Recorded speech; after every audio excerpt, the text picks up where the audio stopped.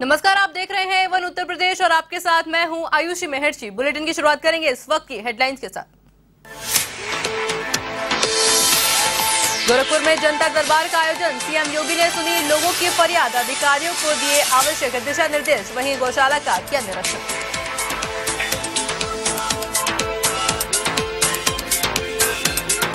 CM योगी का मऊ और वाराणसी दौरा, आज मऊ में करेंगे विकास परियोजनाओं का लोकार्पण और शिलान्यास। निर्माणाधीन आवासीय भवनों का भी करेंगे निरीक्षण। वहीं वाराणसी में अधिकारियों से करेंगे विकास कार्यों पर चर्चा।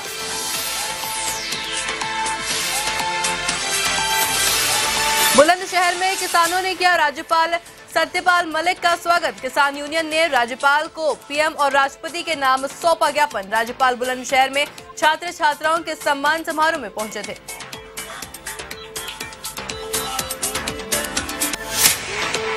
बुलंदशहर में रफ्तार का कहर, अज्ञात वाहन की टक्कर से दो दोस्तों की मौत। कुछेजा गांव के पास हुआ हादसा।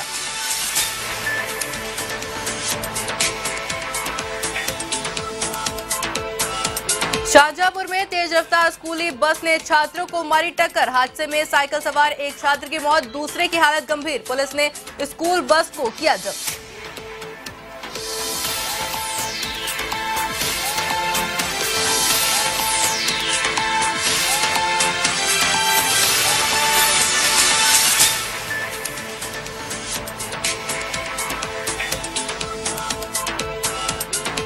तो चलिए इसी के साथ नजर डाल लेते हैं खबरों पर विस्तार से। उत्तर प्रदेश के मुख्यमंत्री योगी आदित्यनाथ ने गोरखपुर के गोरखनाथ मंदिर में पूजा अर्चना की। इस दौरान सीएम योगी ने गौशाला का निरीक्षण कर गायों की सेवा की। साथ ही जनता दरबार में दूर दराज से आए फरियादियों की समस्या सुनी। वहीं जिन क्षेत्रों के सर्वाधिक मामले सामने आए, उन क्षेत्र के अधिकारियों को मामले की जाँच कर समय पर कार्रवाई करने के सख्त निर्देश दिए।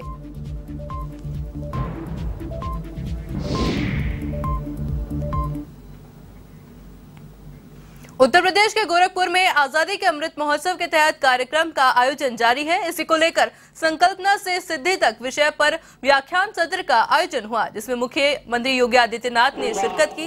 इस दौरान सीएम योगी समेत कई साधु संत मौजूद रहे। वहीं सीएम योगी ने संकल्पना से सिद्धि तक विषय पर कार्यक्रम को संबोधित भी किया। बहुत बहुत धन्यवाद। जय हिंद, जय भारत। यूपी के मुख्यमंत्री योगी आदित्यनाथ आज मऊ जनपद के दौरे पर रहेंगे, जहां पे कलेक्ट्रेट परिसर में विभिन्न विकास परियोजनाओं का लोकार्पण और शिलान्यास करेंगे। इसके साथ ही योजनाओं के लाभार्थियों को प्रमाण पत्र भी वितरित करेंगे। इसके बाद मुख्यमंत्री जनसभा को भी संबोधित करेंगे। जनसभा के बाद मुख्यमंत्री ITI और पुलिस लाइन में बने निर्माणाधीन आवासीय भवनों का निरीक्षण करेंगे। इधर मुख्यमंत्री योगी आदित्यनाथ के कार्यक्रम को लेकर कानून व्यवस्था के पुख्ता इंतजाम किए गए हैं। साथ ही यातायात व्यवस्था को सुदृढ़ बनाए रखने के लिए रूट डाइवर्ट किया गया है। वहीं इसके बाद सीएम योगी 2 दिन के वाराणसी दौरे पर रवाना होंगे, जहां वे निर्माणाधीन परियोजनाओं के निरीक्षण के बाद अधिकारियों से विकास कार्यों की चर्चा करेंगे। साथ ही पीएम मोदी पर लिखित पुस्तक पर समाज के प्रबुद्ध लोगों से संवाद करेंगे।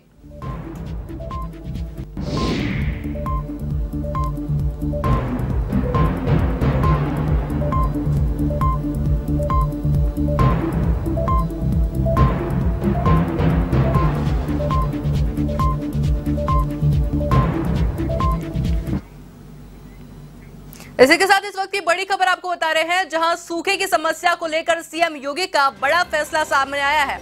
आपको बताया, सीएम ने सूखे की स्थिति के सर्वेक्षण का निर्देश देकर 75 जिलों में 75 टीमें सूखे की स्थिति का सर्वेक्षण करेंगी। आपको बताया, सभी जिले के डीएम को 1 हफ्ते में देनी होगी रिपोर्ट और साथ ही लापरवाही बरतने वालों पर को जवाबदेही देनी होगी।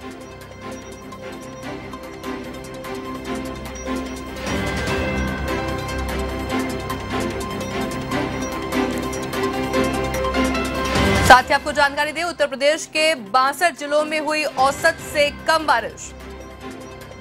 सर्वेक्षण तक ट्यूबवेल के बिलों की वसूली स्थगित रहेगी। यूपी भाजपा के प्रदेश अध्यक्ष बनने के बाद भूपेंद्र सिंह चौधरी पहली बार कानपुर दौरे पर है, जहां कानपुर सेंट्रल रेलवे स्टेशन पहुंचने पर भाजपा कार्यकर्ताओं ने उनका जोरदार स्वागत किया। बता दें कि नगर निकाय चुनाव को लेकर क्षेत्रीय कार्यालय में बैठक है, जिसमें शामिल होने भूपेंद्र चौधरी कानपुर पहुंचे।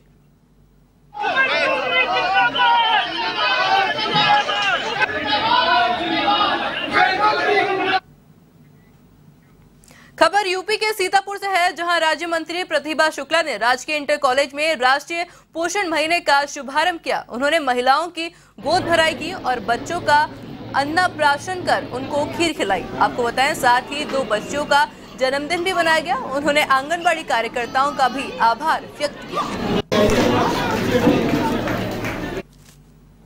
हमारे मुख्यमंत्री जी ने प्रधानमंत्री की मंशा है कि नारी शक्ति और शक्ति मिशन के अंदर स्वावलंबन शिक्षा को महत्व दिया है, नारी शक्ति को जोर दिया है। इसके अंतर्गत ये पोषण माह चल रहा है और हम लोगों ने उन महिलाओं को एप्रिशिएट किया है जिन लोगों ने अच्छा अपना पोषण करने का प्रयास किया है। आधार से उसको लिया गया है। ये महिलाएं बहुत मेहनत से काम करती हैं, इसका बहुत जरूरी होता है, जिससे प्रेम का संचार और अपने काम को और अच्छे से कर सकें। मुख्यमंत्री जी की मंशा है कि हमारा आंगनबाड़ी केंद्र 3 नर्सरी स्कीम के रूप में चले। राज्यपाल सत्यपाल मलिक यूपी के बुलंदशहर दौरे पर हैं, जहां निजी कार्यक्रम में शिरकत करने जाते वक्त किसानों ने उनका जोरदार स्वागत किया। आपको बताया, भाकियू अजगर के कार्यकर्ताओं ने फूलमाला पहनाकर उनका अभिनंदन किया। साथ ही किसानों से जुड़ी 7 सूत्रीय मांगों को लेकर ज्ञापन भी सौंपा। आपको बता दें, राज्यपाल सत्यपाल मलिक यहां मेधावी छात्र छात्राओं को सम्मानित करने पहुंचे हैं।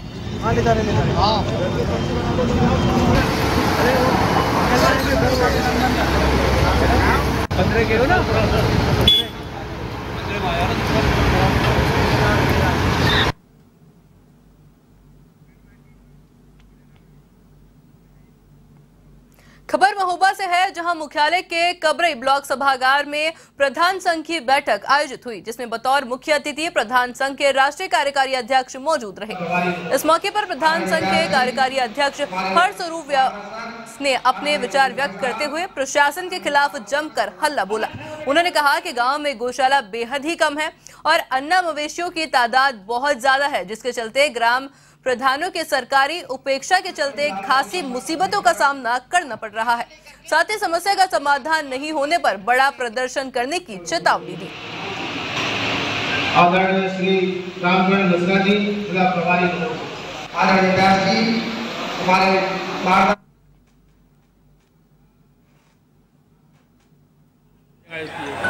ये राष्ट्रीय पंचायती राज ग्राम प्रधान संगठन की बैठक है। इस कबरई विकासखंड जनपद महोबा में की गई है और इसमें जिले के अन्य ब्लॉकों के संगठन के पदाधिकारी और जिले के पदाधिकारी भी आए हैं।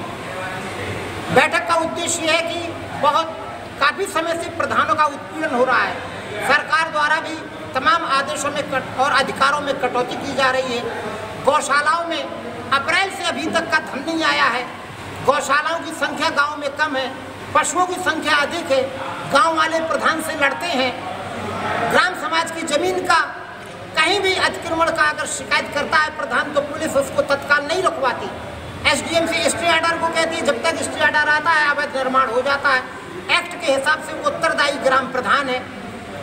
तो विभिन्न समस्याएं हैं। अभी तक यहाँ तमाम ब्लॉकों में जो बीडीसी भत्ता प्रधान को भी मिलना चाहिए। लखनऊ में केजीएमयू के कर्मचारियों का प्रदर्शन जारी है। आपको बताया, वे लगातार अपनी मांगों को लेकर डटे हुए हैं। इससे मरीजों को दिक्कतों का सामना करना पड़ रहा है। इसे लेकर उन्होंने वीसी से बात भी की, जिसके बाद केजीएमयू की ओपीडी बंद चल रही है। लोगों को उम्मीद थी कि गुरुवार को ओपीडी खुलेगी। इस कारण करीब 3000 मरीज इलाज कराने पहुंच गए। इससे यहां पर भारी भीड़ एकत्र हो गई। मरीज बैरिकेडिंग तोड़कर अंदर घुस गए। इस दौरान मरीजों को संभालने के लिए फोर्स भी बुलानी पड़ी। साथ ही आपको बताएं कि टेंडर पुनर्गठन सहित अन्य मांगों को लेकर कर्मचारियों का प्रदर्शन हो रहा है।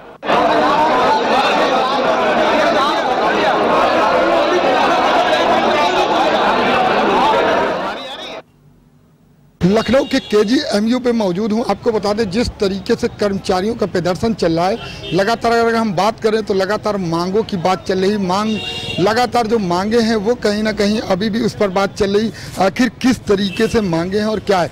जिस तरीके से ओपीडी बंद थी, उसके बाद आज खोला गया तो कहीं ना कहीं एक तत्नी भीड़ दिखाई पड़ी। उसके बाद कहीं ना कहीं बैरिकेडिंग की बात की तो बैरिकेडिंग को तोड़ते हुए मरीज आज ओपीडी के अंदर पहुंचे थे। और इन्हीं सब बातों को लेकर हमारे साथ आज ये पीके गौतम जी हैं। आइए उनसे जानते हैं कि सर, जिस तरीके से अगर बात की जाए तो मांगे चल रही, मांगों को लेकर प्रदर्शन चल रहा है, आखिर किस तरीके की मांगे हैं? मांगे एक्चुअल में केजीएमयू को पीजीआई के समानता का दर्जा 23 अगस्त 2016 को दिया गया था सरकार द्वारा।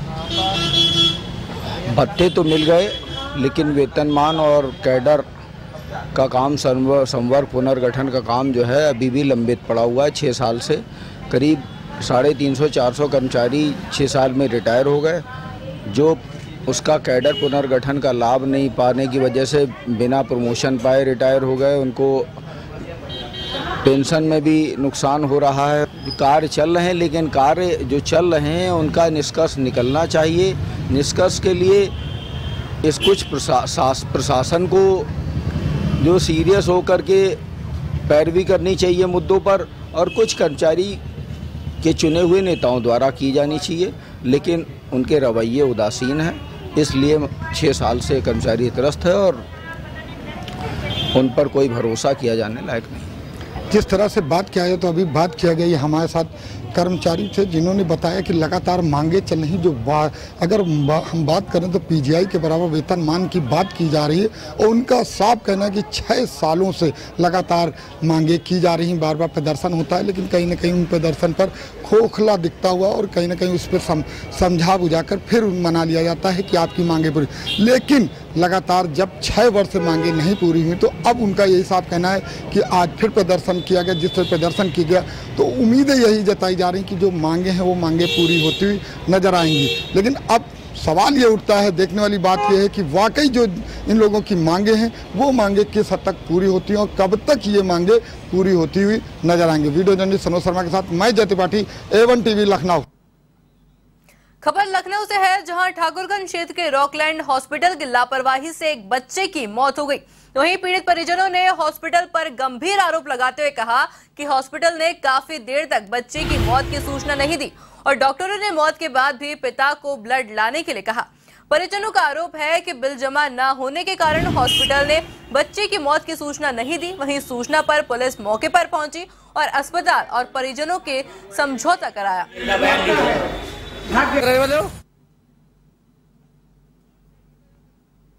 भैया थे दिल्ली के, वो बोले ठीक है मैं भेज रहा हूँ, पैसा नहीं भेजे। अभी तक कोई झूठ नहीं बोलूँगा, पैसा नहीं भेजे।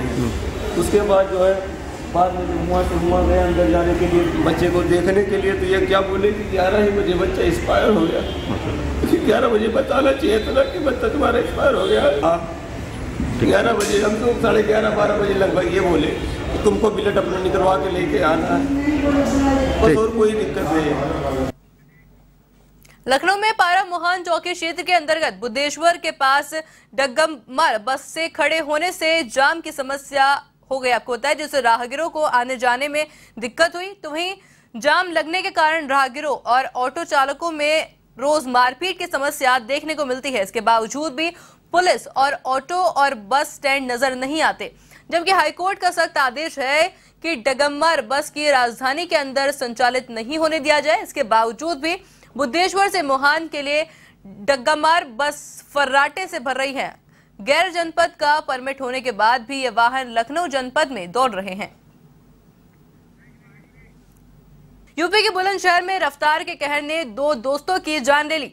दोनों दोस्त जहांगीरबाद से अपने गांव तत्तापुरा लौट रहे थे, तभी मंडी चौक क्षेत्र के कुछेजा गांव के पास अज्ञात वाहन ने उन्हें रौंद दिया, जिससे दोनों दोस्त की मौके पर ही दर्दनाक मौत हो गई। दोनों ही मृतक युवक एक ही गांव के रहने वाले थे। तो वहीं हादसे की खबर से गांव में मातम पसर गया। पुलिस ने अज्ञात वाहन के खिलाफ मामला दर्ज कर लिया है। फिलहाल मामले की जांच जारी है।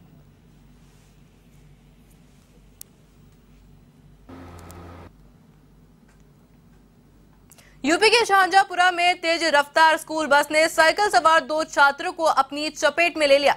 आपको बताएं, नियमतपुर मोड़ के पास हुए हादसे में एक छात्र की मौत हो गई, जबकि दूसरा गंभीर रूप से घायल है। हादसे के बाद घायल छात्र को अस्पताल में भर्ती करवाया गया, साथ ही स्कूल बस को कब्जे में ले लिया गया और फिलहाल मामले की जांच की जा रही है।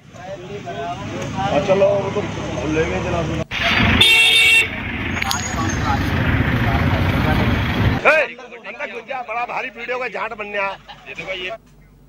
खबर कानपुर से है, जहां आनंदेश्वर महाराज मंदिर में पुलिस की चूक का मामला सामने आया है, जिसके चलते कार सवार मंदिर परिसर के अंदर घुस गया। इस दौरान कार की चपेट में आने से कई लोग घायल हो गए। वहीं मौके पर भीड़ ने कार सवार को पकड़कर धुनाई करी। साथ ही आपको जानकारी के लिए बता दें कि लोगों ने बताया है कि कार चालक त्रिशूल के स्थान तक कार लेकर घुस गया।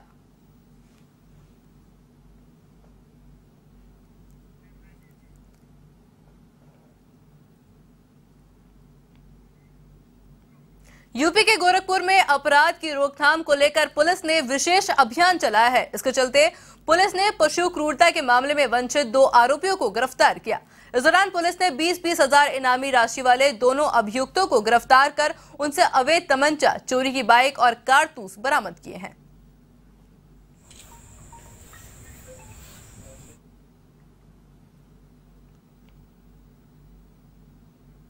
कासगंज के गजडूडरा के पटियाला रोड पर बाइक सवार 2 बदमाशों ने व्यापारी से 40,000 रुपए लूट लिए। घटना के बाद व्यापारी ने लूट की तहरीर कोतवाली पुलिस को दी। जानकारी के मुताबिक मोहल्ला राजेंद्र नगर निवासी सूरजभान बैंक से पैसे निकालकर हार्डा मशीन खरीदने जा रहा था, तभी बदमाशों ने बीच रास्ते बंदूक की नोक पर वारदात को अंजाम दिया।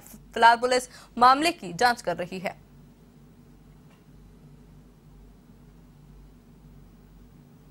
मैं कोतवाली इसलिए आया था क्योंकि सुबह मैंने SBI बैंक से 1,50,000 रुपये निकाले थे, जिसमें से मैंने 1,10,000 रुपये तगादे में दे दिए। 40,000 रुपये मैं जब सेनाई पैलेस पे हाइड्रा मशीन लेने गया था, उस टाइम पे 2 बाइक सवारों ने मेरी कनपट्टी पे तमंचा रख के छीन लिए। मैंने उनका पीछा किया लेकिन मैं उनको पकड़ नहीं पाया, लेकिन मैंने उनकी बाइक का नंबर याद कर लिया था, जो मैंने यहाँ आके थाने में लिखा दिया है। आगे इस पर कार्रवाई हो रही है। मैं अपनी रिपोर्ट देने यहाँ आया हूँ। बुलंदशहर में भाजपा के युवा नेता का फायरिंग करते वीडियो वायरल हुआ है। आपको बताया, भाजपा युवा नेता शशांक अग्रवाल हाथ में रिवॉल्वर लिए हवाई फायरिंग करते नजर आ रहे हैं। फायरिंग करने वाला युवक खुर्जा नगर के युवा मोर्चा का अध्यक्ष बताया जा रहा है।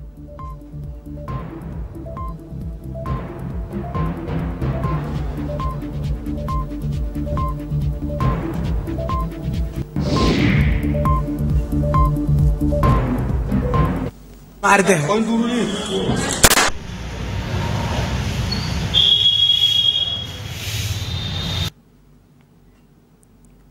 खबर यूपी के हमीरपुर से है, जहां एक तेज रफ्तार ट्रक ने 3 साल की मासूम को रौंद दिया। आपको बताया, हादसे में मासूम बच्ची की दर्दनाक मौत हो गई, जिसे लेकर आक्रोशित लोगों ने जाम लगाकर विरोध किया, जिसके बाद SDM और पुलिस के आश्वासन पर जाम खोला गया। फिलहाल पुलिस ने ट्रक को जब्त कर लिया है और ट्रक चालक को गिरफ्तार कर लिया है। घटना राट कोतवाली क्षेत्र के गुलाम नगर की बताई जा रही है।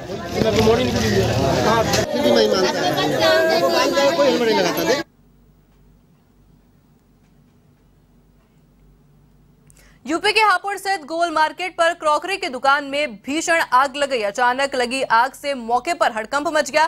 तो वहीं दमकल की करीब आधा दर्जन गाड़ियों ने कड़ी मशक्कत के बाद आग पर काबू पाया। फिलहाल आग लगने के कारणों का पता नहीं लगाया जा केवल जागरूकता के लिए।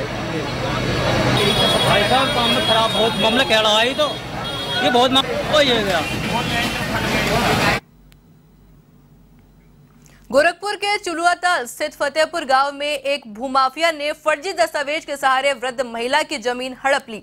ऐसे में बुजुर्ग महिला अपने को जीवित साबित करने के लिए अधिकारियों के चक्कर लगाने को मजबूर है। और गौर करने वाली बात यह है कि पीड़ित की समस्या पर प्रशासन आंखें मूंदे बैठा है।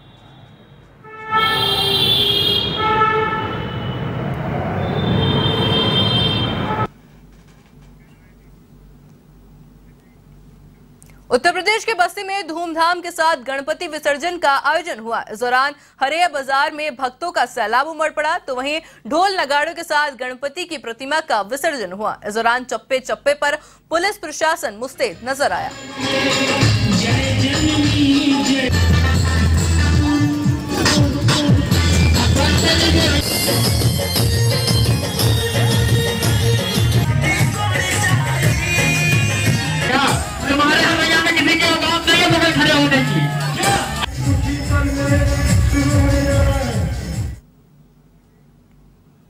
तो चलिए, फिलहाल बुलेटिन में सिर्फ इतना ही। इसी तरह देश दुनिया से जुड़ी तमाम बड़ी खबरों के लिए देखते रहिए A1 TV। नमस्कार।